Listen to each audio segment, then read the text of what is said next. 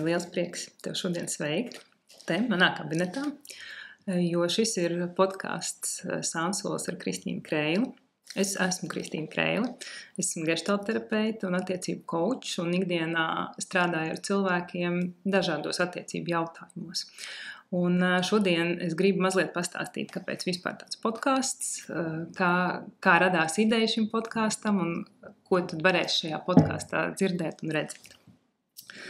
Tā kā es ikdienā tiekos ar ļoti dažādiem cilvēkiem un dzirdu ļoti dažādus stāstus, tas, kas parasti iespiežas atmiņā, ir tas, ka visi saka, laikam man vienīgajiem ir tā, vai laikam mums vienīgajiem ir kaut kas tāds ir noticis. Bet patiesībā mēs visi piedzīvojam tādu ļoti cilvēcisku pieredzi tajā, ko mēs piedzīvojam ejot cauri dzīvei. Un tā kā bieži vien arī klausoties citu stāstos un dzirdot kāda cita pārdomas par man interesantu tēmu, kaut kas mainās arī mūsos.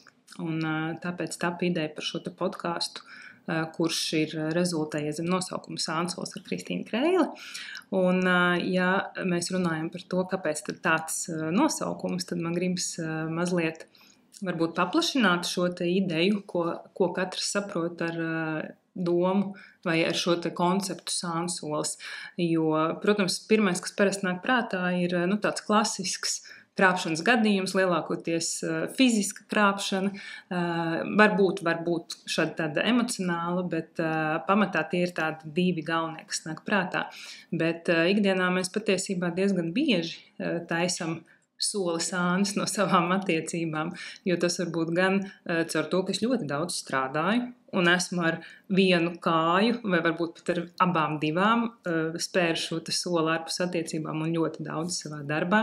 Tas var būt hobijs, tā var būt kaut kāda pieredze, kurā viens no mums piedzīvo kaut kādu krīzi, kas var būt saistīta ar slimību, ar darba zaudēšanu, ir ļoti dažādi veidi, kā mēs patiesībā speram solīti sānis, ja prom no attiecībām. Un skaidrs, ka ir normāli un saprotam, ka mums ir nepieciešams laiks atsevišķi un ir jābūt šim solim ārpus attiecībām, bet ir nepieciešams arī laiks kopā. Un tad jautājums, kur ir tā trauslā robeža starp to, cik pirmkārt mums katram ir nepieciešami tie soļi ārpus attiecībām dažādos veidos un cik mēs šos soļus speram abi kopā. Un tāpēc, ja mēs paskatāmies arī, es gatavojoties raidījumam papētīju dažas definīcijas, un man likās interesanti, ka arī tur parādās šie te tādi tradicionālā sapratne par to, kas te ir solis sānis, un, piemēram, piemēri no latviešu valodas, kur var par sānsoļiem runāt, ir tādi. Pats sliktākais iemesls atklāt savus sānsoļus partnerim ir paša labsajūtas uzlabošana. Vai nav noslēpums, ka sānsoļi gandrīz vienmēr ir sauciens pēc palīdzības. Un to visbiežāk sauc par pusmūža krīzi, kad var rasties sānsoļi. Un te uzreiz jau redzēt tādus interesantus stereotipus, kas parādās saistībā ar šo terminu sānsolis. Bet jā, man vairāk tā ideja bija par to, ka attiecības jums nebeidzas vienā dienā. Viņas nebeidzas ar to, ka tu neesi iznesis miskasti vai es neesmu uztaisījis vakariņas. Parasti viņas nomirst lēnām, tur, kur mēs abi pamazām emocionāli attālinamies un kur, jā, mēs iespējams esam veikuši pārāk daudz soļus ārpus mūsu attiecībām. Un šis būs podcasts ikvienam, kurš ir piedzīvojis gan tos tauriņus vēderā, kas lielākajai daļai attiecību sākumā cerams ir, bet saskars arī ar tādām ikdienas grūtībām. Ik viens, kurš ir piedzīvojis un piedzīvo reālas attiecības un dažreiz pazaudējis tajā, par ko tad ir manas attiecības, par ko vispār ir attiecības, kas ir mīlestība un kur tad ir tās robežas, kuras novelku es un kā es vispār dzīvoju šajā pasaulē un attiecībās ar pasauli. Ko man noteikti gribas atzīmēt, es neataisnoju sānsoļus. Drīzāk es aicinu mums visiem paskatīties aiz šiem kliedzošajiem virsrakstiem, aiz kaut kādām tādām pārliecībām un ielūkoties tajā, ko tad mēs katrs piedzīvojam, jo šie stāsti, lai arī ļoti unikāli un individuāli, viņi tomēr arī liecina kaut ko par mūsu tādu universālo būšanu cilvēkam, ko tad tas nozīmē. Un nevienmēr tas, ko mēs realitātē piedzīvojam, saskan ar to, kā mēs esam iedomājušies, ko nozīmē būt cilvēkam. Un tāpēc, jā, podcasts, es ceru, palīdzēs arī man papētīt un painteresēties par šiem te jautājumiem varbūt no dažādiem rakursiem un pusēm. Un palīdzēs mums visiem kļūt mazliet apzinātākiem tajā, ko mēs darām un piedzīvojam, un tajā, kā šīs dažādās pieredzes izpaužās arī citos. Jo par sāpīgajām pieredzēm, un šis podkāsts vairāk būs iespējams par tādām sāpīgām pieredzēm un krīzēm, kuras ir iespējams pārvarēt un kuras nāk tomēr par labu attiecībām, nevis ir tā kā pēdējais pieturs punkts attiecībās. Var teikt līdzīgi, kā Estere Perele ir teikusi par vēzi, ka mēs nevienam nenovēlam vēzi, bet, protams, ka pēc šādām pieredzēm cilvēks iznāk kaut ko sapratis, kaut ko varbūt vairāk apzinājies un integrējis kaut kādu tādu daļu sevī, ko viņš iespējams pirms tam nemaz nav pazīnis. Un tieši tāpat ir arī ar sāpīgajām pieredzēm.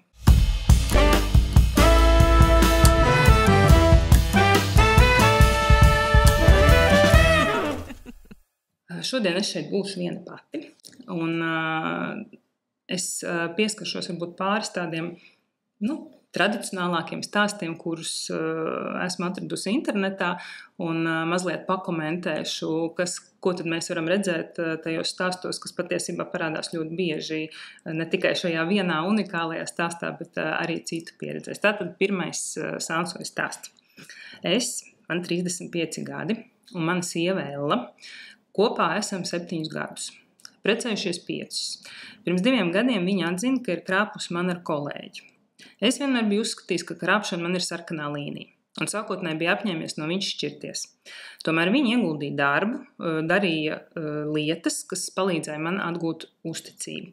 Viņa labprātīgi atzinās, nevis tika pieķerta, un tas bija viens nakts sakars, un es atceros, ka viņa neieradās mājās līdz 4:00.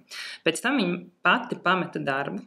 Pēc šīs atzīšanās, ka arī man ir pazīstama šāda pieredze, pats esmu piekrāpis savu toreizējo draudzeni ar skūpstu dzērumā, un tāpēc man šķita, ka tā kā man koledžas draudzene spēja man piedot, es arī varēšu piedot savai sievai Ellai. Taču pēc kāda laika ar mani Facebook sazinājās Alise, manas sievas attiecību partnera sieva.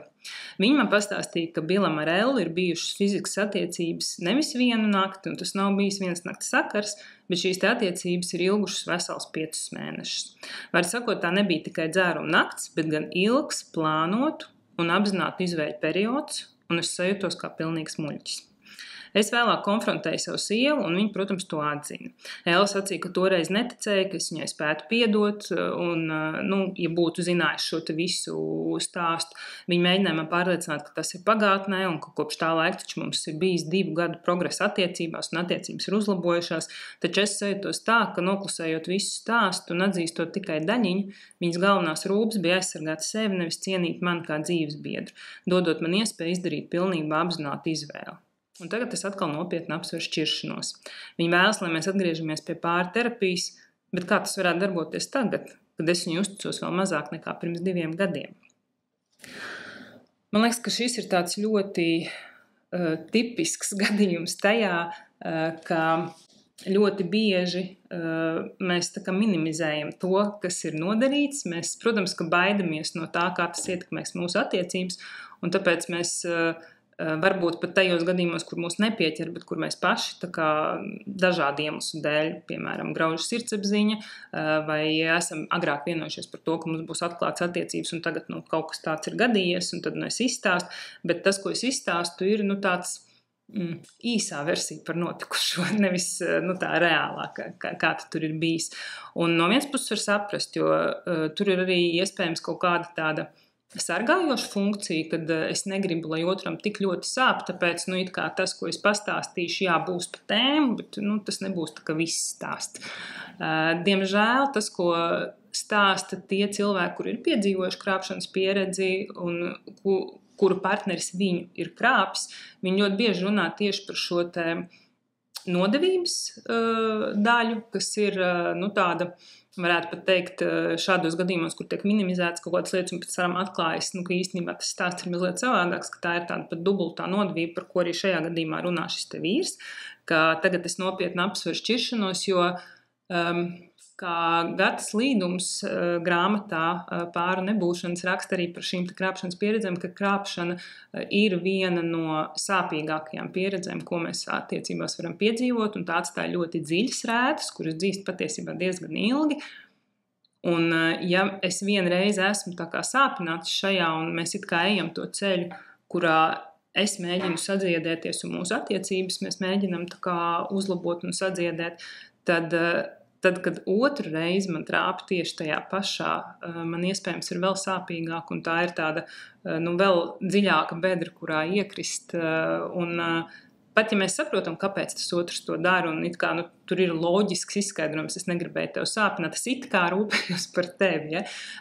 Bet tāda pirmais noteikums vispār, ja mēs gribam no šīm te pieredzēm iegūt un uzlabot attiecības, un tas ir iespējams, un to rāda ne tikai pētījumi, bet arī reāls pieredzes, ka cilvēki pēc šādiem gadījumiem tiešām pārskata pilnībā visas savas attiecības, saprot, kas tad tur ir noticis un kā mēs varam viņus mainīt un izveidot daudz foršākas attiecības. Bet ja mēs esam sākuši iet šo ceļu, un mani atkal atmet atpakaļ, ja piekrāp, tā patiesībā ir ļoti grūta vieta, no kuras pēc tam kaut kā tikt ārā, noticēt, jo krāpšanas gadījumā tas nav stāsts tikai par attiecībām, tas ir stāsts arī par katru individu, kaut kādu vilšanos tajā, ko tad es vispār uzskatīju, kā pasauli ir iekārtot. Tur ir ļoti daudz dažādu tādu pārdomu par to, vai es vispār tad varu kaut kam ticēt, ja es nevaru ticēt it kā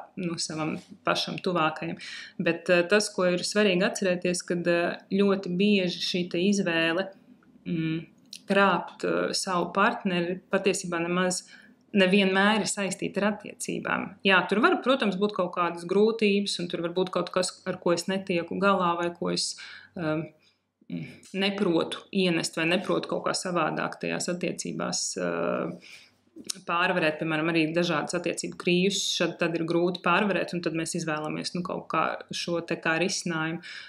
Taču tas neviena no šīm tā kā neattaisno to, kas ir noticis, un ir jāuzņemās pilnīga atbildība tam, kurš ir nodarījis, un ir patiesībā jādomā par to, kā mēs varam būt pilnībā atklāti tajā, kas tad ir noticis. Un tas nenozīmē iegrimt kaut kādās detaļās, stāstīt, ko parasti ļoti bieži tas partneris, kurš tiek krāpts, viņam ļoti gribas noskaidrot dažādas detaļas un ar domu, ka tas iedos man mieru, bet īstenībā jau mieru nedod tas, ka es baidos, ka tas var notikt vēlreiz, ka es baidos, kam es vispār varu ticēt šajā pasaulē, ja kaut kas tāds var notikt.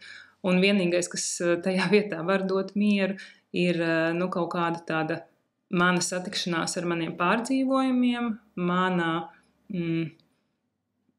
tāda spēja pieņemt, ka jā, es varu tikt sāpināts un jā, pasaule nav ideāla. Un arī tas otrs cilvēks, kas man ir blakus, noteikti nav ideāls. Un satikties tieši šajā cilvēcībā. Un tas nevienmēr nozīmē turpināt tās attiecības, jo jā, šķiršanās ir viena no iespējām šajā gadījumā, jo tur vienmēr ir vērts domāt, kā vārdā es esmu gatavs veikt šo te atveseļošanās ceļu, jo tur būs diezgan daudz, gan kas mums katram individuāli būs jāizdara, un arī kas mums abiem diviem kopā būs jāizdara, ja mēs gribam tās attiecības tiešām tādas foršāks noteikti nekā viņas bija, un ar lielāku iespēju, ka tas nenotiks.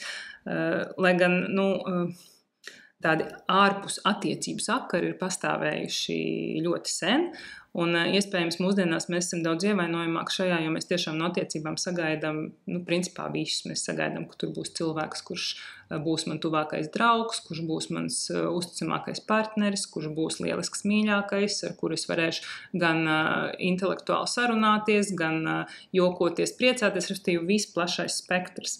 Un jo vairāk mēs no tām attiecībām sagaidām, jo loģiski ir lielāka un dziļāka tā vilšanās, kad es tur to nedabūnu un pretī patiesībā dabūnu vispār pavisam kaut ko citu, piemēram, šo te nodevību.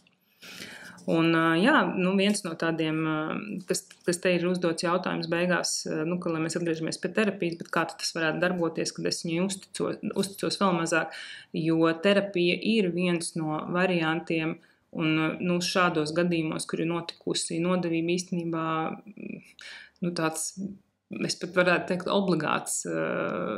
obligāts pasākums, jo mēs paši abi esam ļoti emocionāli iesaistīti tajā, kas noticis. Mums ir ļoti grūti kaut kā tā objektīvi pastīties uz to situāciju un nofokusēties uz to, kas tad mums ir nepieciešams, lai mēs tās attiecības varētu ievirzīt foršākā un kaut kādā tādā patīkamākā gultnē.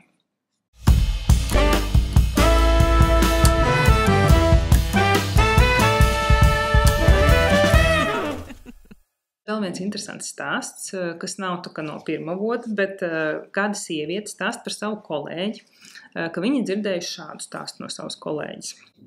Ka kolēģis stāsta, ka viņas draugs Toms ir sācis attālināties no viņas pēdējo 6 mēnešu laikā, un ka viņi kopā jau ir 5 gadus, bet pēdējā laikā viņai galīgi nav sanācis satikt Tomu, jo viņš ir pārņemts ar savu darbu. Tā tad arī kaut kāds solis prom no attiecībām darbā. Un viņai pietrūkst tieši uz randiņiem un apgrūtināja tas, ka viņš gandrīz vispār nepievērs uzmanību, jo tāda sajūta, ka it kā dzirkstela viņu attiecībās būtu izdegusi. Taču mana kolēģi ticēja, ka pieliekot mazliet vairāk pūliņus no savas puses, viņa varētu atjaunot attiecības, un tāpēc bija ieplānojusi randiņu pati un uzaicinājusi draugu uz sarunu. Randiņa vietā viņa saņēma atzīšanos, ka viņš pēdējos 6 mēnešus ir lidojis turp un atpakaļ no Čikāgas uz Ņujorku, lai pārgulētu ar viņas skolas laika labāko draudzeni Keiju. Man kolēģi izteicās, ja tā kuce nebūtu iespiedusies starp mums, tad viss būtu kārtībā. Un viņi tiešām ticēja, ka tā var būt. Vēlāk es noskaidroju, ka mēģinot uzlabot un izrunāt attiecības ar šo te draugu, man kolēģi izšķīrās no viņa. Un es viņu mēģināju mierināt, ka viss būs labi, bet, protams, neuzdrīkstoties atzīt, cik tad, tas Toms patiesībā ir liels kretīns, bet, es mēģināju kolēģi vienkārši uzklausīt. Taču tagad, atskatoties, man šķiet, ka es varēju būt godīgāka. Taču kādus 3 mēnešus pēc šķiršanās ar Tomu un mūsu sarunas ar šo te kolēģi, mana jau bijusī kolēģi sāk strādāt jaunā darba vietā, netālu no sava bijušā drauga dzīves vietas. Un viņi pastāstīja, ka attiecības ir nostabilizējušās un drīz jau atkal viņi plāno ievākties pie šī savu draugu. Es nekad nesapratīšu, kāpēc viņi bija tik apsēsti ar Tomu un kāpēc neiedomājās, ka var labāk. Un man liekas, mēs diezgan daudz esam dzirdējuši tādus dažādus pārstāstus par šiem te attiecību peripētiem vai par kaut kādiem tādiem notikumiem. Un šeit arī ļoti tā uzskatāmi var redzēt, ka šī te kolēģi ir savā ziņā sašutusi par to, kā vispār tas ir iespējams. Mēs varētu pieņemt, ka viņa pati noteikti uzskata, ka tas ir kaut kas nepiedodams, ka tādā gadījumā, ja ar viņu tā notikt, viņu iespējams vai visdrīzāk tā nerīkotos. Un šie te, tādi sabiedrības uzskati ir arī tas, kas ļoti bieži traucē šādos gadījumos, kad pāris piedzīvo grūtības tieši saistībā ar šīm te sānsoļiem, ka draudzenes vai draugi vai ģimene apkārt, protams, nāk virsū ar saviem vērtējumiem, ar savām idejām, kas tur noticis, kā tev vajadzētu rīkoties, nevajadzētu rīkoties. Un šeit arī, tā ļoti spilgti izpaužās 2 lietas. Viens, kad tur ir tā trešā, kas ir kuce, šī sieviete, ar ko šim te vīrietim ir bijis sakars, un kad vispār šī ir kaut kāda nepieļaujama uzvedība, un kā vispār šī te kolēģi var iedomāties veidot attiecības atkal ar viņu.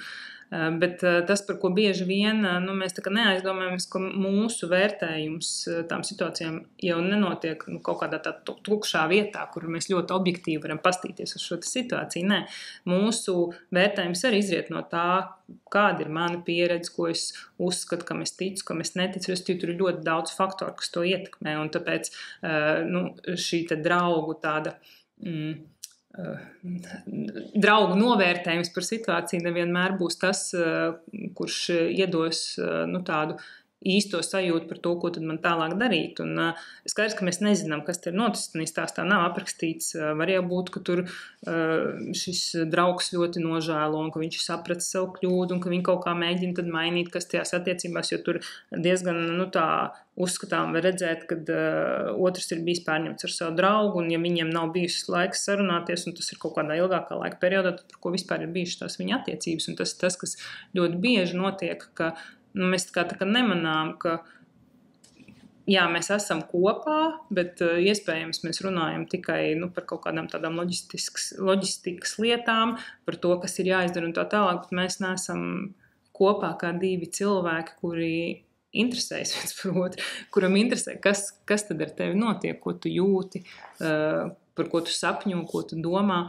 Un šajā gadījumā mēs arī nezinām, kāds tad ir tas stāsts, kāpēc šī sieviete atgriezusies, bet tas, ka tur vienmēr ir sabiedrības, nevar teikt vienmēr, lielākoties ir sabiedrības nosodījums, ir sevišķi mūsdienās, kur izšķirties, aiziet, izveidot jaunas attiecības, tas ir ļoti pieņemami. Es pat teiktu, tā ir kaut kāda norma, un drīzāk ārkārtēji pārējiem liekas palikt kopā attiecībās, kurās ir bijusi krāpšana, ka tas ir kaut kas kaunpilns. Un tā ir ļoti liela pārmaiņa starp to, piemēram, kas bija pirms 100 un 200 gadiem, kur ārpus laulības attiecības bija vienkārši normāla attiecības sastāvdaļa, jo mēs attiecības tā kā būvējām kā ekonomiskas savienības, kā kaut kādu tādu izdevīgu pasākumu, un šajā gadījumā, jā, palikt un mēģināt veidot attiecības, paskatīties, kas tad pēc šī lielā sprādziena, kas ir šī krīze, kas tad ir tas, ko paņemt, ielikt atpakaļ, kas mums strādāja, kas bija forši un ko iespējams veidot tā kā pilnīgi no jauna. Un tur, protams, vēl ir ļoti daudz tāda trešās personas vainošana, kas šādos stāstos bieži vien ir, no tā cilvēka puses, kuru krāpi, tas ir kaut kādā mērā saprotams, it sevišķi, ja mēs turpinam un mēģinam tā kā izveidot tās savas attiecības foršāks, ir ļoti grūti mēģināt veidot foršākas attiecības un tajā pašā laikā paust visu to dusmu, kas man ir, un visu to vilšanos, kas man šajā ir. Un tāpēc ir ļoti izdevīgi, ka ir kāds trešais, uz kurus varu pateikt, kur tā kuce vai tā, kura tur bija gatava, vai tas, kurš bija atvērts šim, tad tas ir tas, uz kuras varu tā kā visu šo te savu dusmu novelt. Bet patiesībā daudz svarīgāk šeit ir, pirmkārt, vispār apzināties to dusmu un saprast, par ko viņi ir un par ko ir man vilšanās, un šeit arī var palīdzēt individuāla terapija vai kaut kādas prakses, kas man palīdz saprast, kas ar mani tad tur notika, kas ir tas, ko es pārdzīvoju šajā vietā, un nemēģināt to vienkārši uzmest tam trešajam cilvēkam, kurš jā, skaidrs, jā, varbūt varēja nebūt tik atvērts, bet pasaulē nepārtraukti būs kāds cilvēks, kurš iespējams būs atvērts kaut kādai šādai miedarbībai. Tā kā, jā, te, man liekas, no šīs stāsta to, ko var arī mācīties, cik svarīgi tomēr ir nevilkt garumā un negaidīt. Te ir kā minēts 6 mēneši, bet es pieļauju, ka tur tajās attiecībās iespējams daudz ilgāks ir bijis tas periods, kurā mēs neesam satikušies, kurā viens no mums, pieņemsim, ir bijis aizņemts darbā,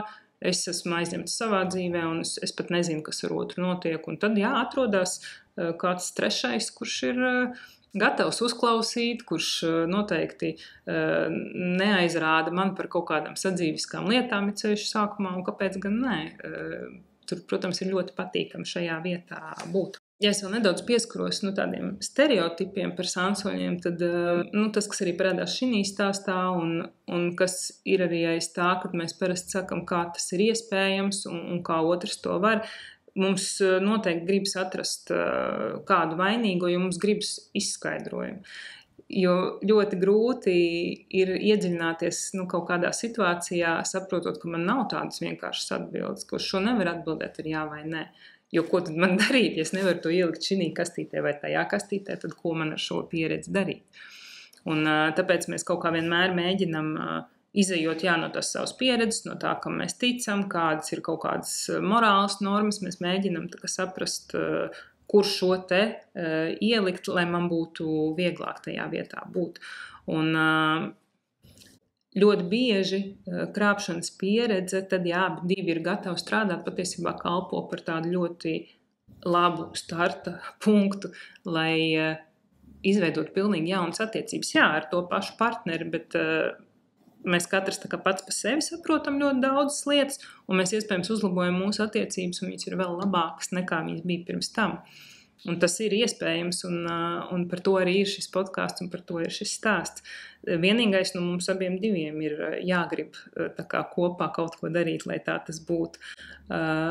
šad tad tas, ko es redzu arī kabinetā, ka bieži vien mums liekas, ka mēs to gribam, un mēs to patiešām arī gribam, bet mēs neapzināmies līdz galam, ko tas no manis prasīs. Un tad, kad mēs ejam cauri šai pieredzē, mēs satiekamies ar tik daudz kaut kādām tādām grūtām lietām, ko mums gan pašiem sevi ir grūti akceptēt, pieņemt un saprast, gan arī otrā, ka mēs tajā ceļā varam pagurt. Un tas arī ir normāli, jo tas nav kaut kas tāds ļoti vienkārši, jo mums ir jāienirst tādos cilvēka neperfektuma dzīlēs, ja tā var teikt, un jāierauga lietas, par kurām mēs ikdienā nedomājam, ir jāatvadās no kaut kādām ilūzijām, gan par sevi, gan par otru, ir jāierauga kaut kādi tādi miedarbības formāti, kuros arī es kaut ko daru ne tā, kā varbūt vajadzētu, kuros otrs neatsaucas un neatbilst tam, ko man gribētos, un tāpēc tas nevienmēr ir vienkārši. Pie tam vēl tad, kad es saku, ka es to gribu, es jau neesmu vēl tajā pieredzē, jo tad, kad es eju cauri un kad es saprotu, man atkal kārtējo reizi ceļas trauksmi, kad otrs, aiziet, piemēram, vai aizbrauc komandējumu. Ko man ar to darīt? Kā man tikt ar šo galā? Un vai tiešām tā būs katru reizi? Un vai es vispār gribu tikt ar to galā?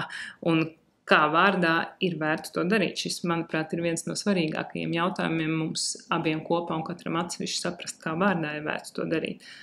Vai es vienkārši sagaidu, ka otrs tad kaut ko darīs un vērsīs šo visu par labu, un parasti tā nenotiek, jo arī otram cilvēkam ir savu pārdzīvojumu, pat ja viņš ir tas, kurš ir krāpis.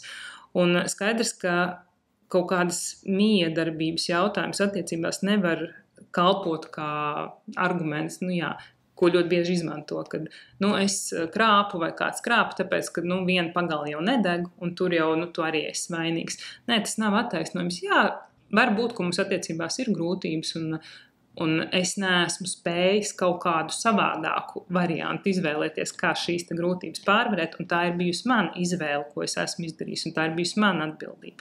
Tas nav stāsts par to, ka tāpēc, ka attiecībās mums kaut kas nav gājis, tā kā vajag, tad tu arī esi vainīgs pie tās manas izvēles. Nē, mēs katrs veicam savas izvēles, un šajā gadījumā, ir bijis kaut kāds iemesls, kāpēc es esmu izvēlējies šādu variantu, nevis kādu citu. Tas, ko mēs ļoti bieži dzirdam no apkārtējiem, un ja jūs godīgi atbildēt arī katrs pats sev, vai es varu piedot krāpšanu, vai ko es domāju par krāpšanu, vai kā man liekas, arī, man liekas, nesen bija tieši diskusija, un es palasīju tos komentārus. Un, protams, parasti ir tā, ka ir divas ļoti skaidri iezīmētas nometnes. Viena, kuru saka, tas nekad nav piedodams, un vispār vienreiz krāpējs vienmēr krāpējs, vai vienreiz krāpēja un vienmēr krāpēja, jo tas arī ir ļoti bieži tāds diskusiju un strīdus jautājums, kur tad ir tie, kur vairāk krāp. Bet, ja mēs atgriežamies pie tā, ko tad sabiedrībā parasti tur tās dažādās nometnes tā kā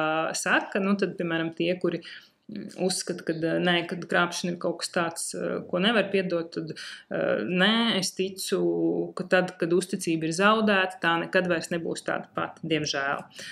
Nē, krāpšana ir izvēle, un ja viņš to ir izvēlējies, tad tas ir kaut kas nepiedodams. Vai, piemēram, noteikti to nepiedošu, manuprāt, tā ir uzvedība, lai pievērst sev uzmanību, un es uzskatu to par lielu personības trūkumu.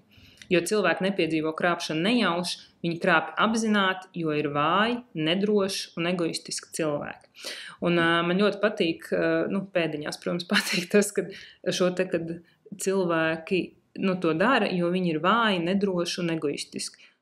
Man liekas, ka šo te frāzi varētu attiecināt uz ļoti daudzām situācijām, ka cilvēki kaut ko dara, jo viņi ir vāji, nedroši un egoistiski, bet kaut kā uz tā sārta tiek uzlikts tieši šis vienīgais, jo tas, kad es, pieņemsim, esmu ļoti aizrāvies ar kādu hobiju un nespēju otram iedot to, ko viņš varbūt vēlētos, vai ka es nevaru atteikt, darbā, un esmu, visu laiku darbā, un tur arī mēs varētu teikt, ka iespējams šis cilvēks ir, vājš, nedrošs un egoistisks, bet to mēs kaut kā akceptējam, un tas ir tā pieņemts, bet šis gan. Un vēl parasti arī ir par to, kad krāpšana nozīmē, ka cilvēks tevi neciena tik ļoti, lai būtu ar tevi godīgs. Un visas šīs te frāzes, viņas kaut kā atkal kategorizē, viņas pasaka, ok, tātad, ja cilvēks šādi dara, nu, tad viņš ir, nezinu, šāds, vai pasauli ir iekārtot šādi, un tāpēc šis ir, nu, kaut kas nepieņemams. Un, nu, šī negatīvā attieksme ļoti bieži ir tāpēc, ka mums ir grūti to izskaidrot. Ir sevišķi attiecībās, kurās, nu, cilvēki it kā mīl viens otru, un viņas ir foršas, un, nu, tā, pa lielam no malas skatoties, un arī pašiem liekas, ka viss ir kārtībā, tad kāpēc kaut kas tāds notiek? Un, ja mums ir kaut ko grūti izskaidrot, tad mums gribas pielikt konkrētu skaidrojumu, jo tad man ir lielāks miers. Jo, ja es pasaku, ka tā ir apzināta emocionāla vardarbība, vai ka tas ir tāpēc, ka šis cilvēks ir egoistisks, vājš un nedrošs, nu tad man ir skaidrs. Nu, tad jau es saprotu, kāpēc tas ir noticis. Galvenais, ko mums visiem darīt, ir nebūt vājiem, nedrošiem un egoistiskiem, un tad mēs būsim no šī te pasargāti. Bet realitātē nu, tur paceļās ļoti daudz jautājumu par tādu cilvēku dabu, par to, uz ko cilvēks tad vispār ir spējīgs, ja viņš spēj sāpināt to, kur mīl. Jo, nu, it kā to, kur mīl, mēs taču nesāpinam. Vai varbūt es arī esmu spējīgs uz ko tādu? Vai ir apstākļi, kas iespējams mani varētu pamudināt uz ko tādu. Un tā kā man negribas par to domāt, jo skaidrs, ka, nu, lai kaut kā tādu savu paštēlu saglabātu un domātu par sevi labāk, jo parasti mēs ne īpaši labi par sevi jau tāpat domājam, kur nu iet kaut kādās pārdomās par to, varbūt es arī varu pie kaut kādiem apstākļiem ko tādu izdarīt. Un, protams, ir kaut kādas arī morālas normas, kurām mēs sekojam un pieņemsim, nezinu, zinām, kad ir dažādi šie baušļi, kad ir kaut kādi pieņēmumi, uz kuriem mēs visi esam parakstījušies, kaut vai tas pats tev nebūs zakt. Jautājums, vai ir kaut kāda apstākļa, pie kuriem zakt ir ok, piemēram, ja man būtu jāpēdina man bērnu un viņi mirtu badā. Vai tad zakt būtu ok? Restīvi, mums ļoti gribas visas situācijas padarīt tādas vienkāršas. Ir balts un ir melns un man ir viss skaidrs, bet realitātē jau ir ļoti daudz tie tādi pustoņi un toņi, kuriem pat ir grūti iedot nosaukumu un saprast, kur tad, nu, tādī savā tādā dzīves vai izpratnē par dzīvi, kur tu man to ielikt. Un, tāpēc tad vienkāršāk ir pieslieties vairākumam, vienalga, vai tā būtu šī viena nometne vai otra nometne, un nu, kaut kā nomierināt sevi tā, visi es saku, ka tas nav labi, visi es šo jautājumu slēdzu, man nav jādomā par sevi, man nav jādomā par citiem, un viss ir skaidrs, jo, nu, tad es varu tā kā neiedziļināties. Un šādas pieredzes ļoti bieži apšauba tādus, nezinu, vispār mūsu kaut kādus pamatus, kaut vai šis pats jautājums par to, ko tad nozīmē mīlēt.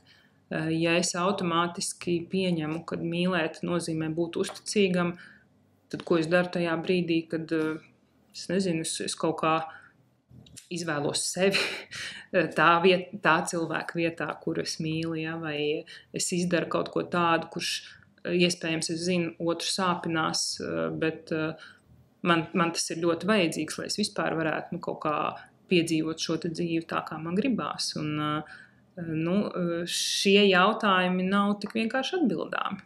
Un tāpēc mums parasti gribās kaut kā salikt visu pa kastītēm, saprast, ka, ok, ja cilvēks melo, visiem nepatīk, ka cilvēks melo, nu tā tad viņš ir slikts cilvēks. Ja? Un es varu neiedziļināties tajā, un es nu, tā kā neapšaubu šo te solījumu vai šo te ilūziju, kurai mēs ļoti daudzi ticam, kad, jā, nu, kad mīlestība vai kaut kāda tāda laimīgas attiecības, tā ir tikai nu, kaut kāds viens formāts, kādā būt. Diemžēl nē, mēs patiesībā viens otru sāpinam diezgan daudz, arī bez šādām sansoļu pieredzēm, un tas nenozīmē vienmēr, kad automātiski es tāpēc nemīlu tevi.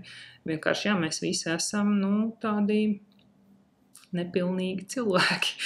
Neesam pārcilvēki, neesam dievi, kuri, nu, var kaut ko īstenot, nu, tādu, uz ko mēs ļoti, ļoti visi gribētu cerēt, uz kaut kādu tādu absolūto mīlestību un absolūto tādu ilūziju.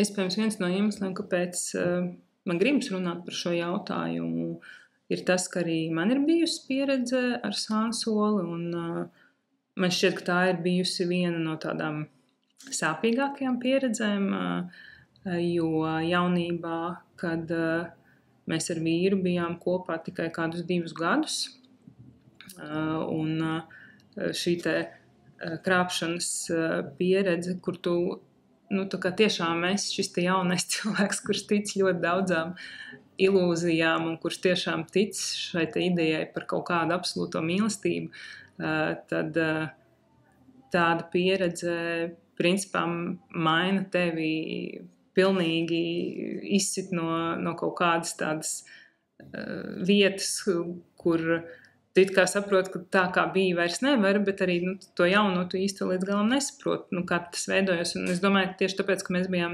diezgan jauni, man tajā laikā pat nelikās, ka kaut kā šo pieredzi vajadzētu integrēt, ka viņu kaut kā vajadzētu pārstrādāt. Un patiesībā, man pašai pat neapzinoties, es diezgan ilgi nesu sevī līdzi aizvainojumu par to, kas ir noticis. Tas tika kaut kur tā, nolikts kaut kādā nostūrī, jo es šo cilvēku mīlu, viņš mīl mani un mēs gribam būt kopā. Un, diemžēl, tas ar tādu dubultu spēku izlauzās vienā no mūsu attiecību krīzēm pēc bērnu piedzimšanas, kur es piedzīvoju nodevību otrais. Un tāda gan, paldies Dievam, es pati jau biju terapijā sākotnēji kā ar pēcdzemdību depresiju, bet mēs arī abi kopā gājām pie attiecību speciālista, lai kaut kā šo pieredzi pārstrādāt, nedomājot par to, vai mēs tā kā paliksim kopā vai nepaliksim kopā, bet saprotot, ka šis ir kaut kāds tāds mehānisms, jeb veids, kas acīm redzot mūsu attiecībās ienāk tad, kad mēs netiekam galā ar savām attiecību krīzēm. Un bieži vien, protams, arī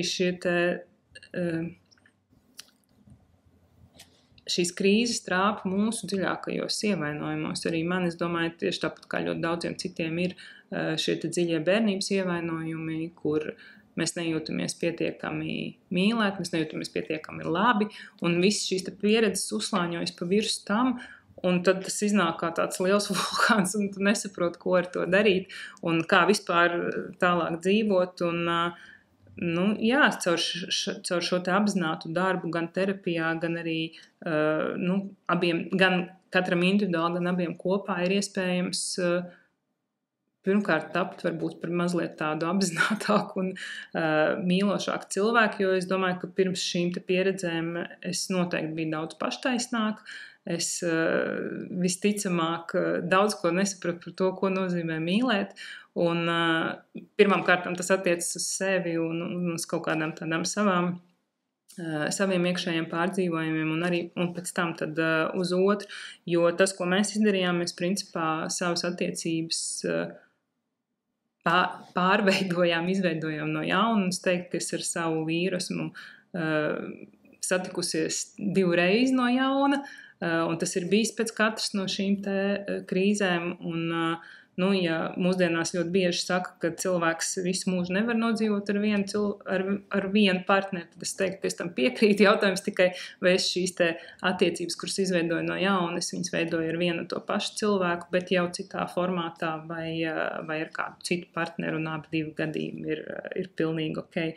Un, lai arī liekas parasti, ka šī krīze viņa izsit tā kā pamats zem kājām un viss tiek uzspridzināts, tad loģiski tā ir ļoti laba vieta saprast par sevi, kas tad ir tas, ko es no šī varu mācīties priekš sevis, kas ir tas, ko es negribu savās attiecībās, kas ir tas, kā es redzu to tālāko ceļu. Un arī mūsu tādā pieredzē tas ir bijis, lai arī ļoti, ļoti sāpīgi, bet ļoti svētīgi mūsu attiecībām un tam, kur mēs esam šodien.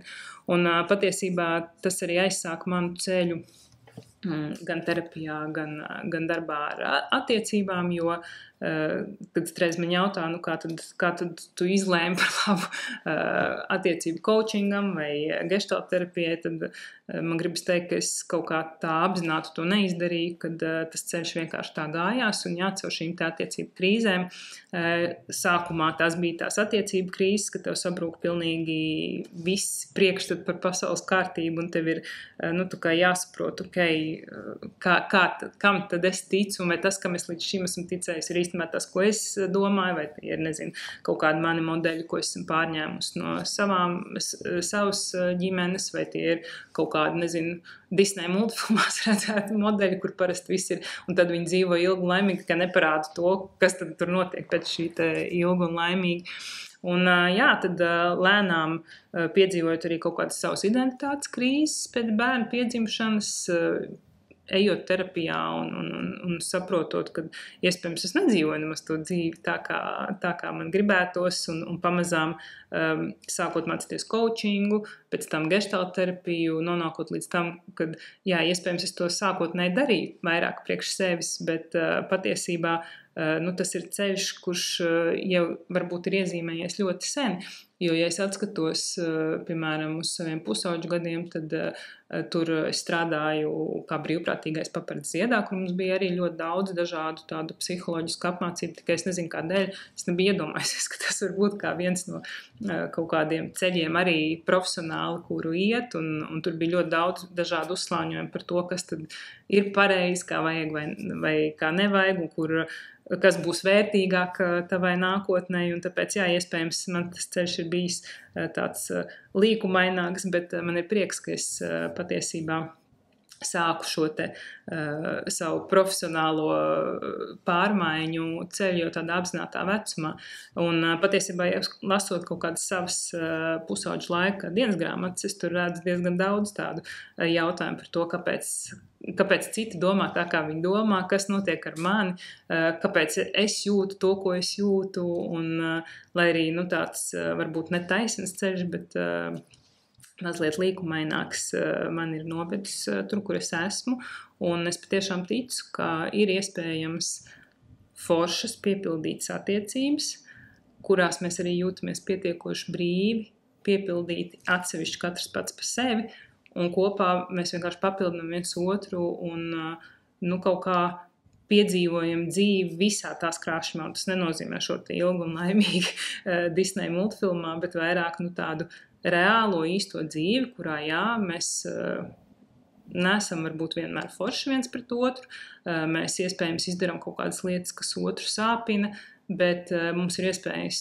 no tā mācīties un tapt varbūt mazliet, es nezinu, vai gudrākiem, bet iespējams apzinātākiem tajā, ko tad nozīmē būt cilvēkam. Šis bija podcasts Sansols ar Kristīnu Kreili. Es esmu Kristīna Kreile, un es aicinu tevi nākt man līdzi šajā interesantajā ceļojumā, kurā iepazīt citu cilvēku stāstus, kurā padomāt par sevi un ļaut sev būt īstam, reālam cilvēkam, kurš pieļauj kļūdas, kurš vēlams mācās no savām kļūdām vai vismaz kaut ko apzinās un iedvesmojās arī no citu cilvēku stāstiem un citu cilvēku pieredzēm. Sekojot podkastam vietnēs Spotify, Apple Music un YouTube, vai atnāciet uz manu mājaslapu kristīnkreile.lv.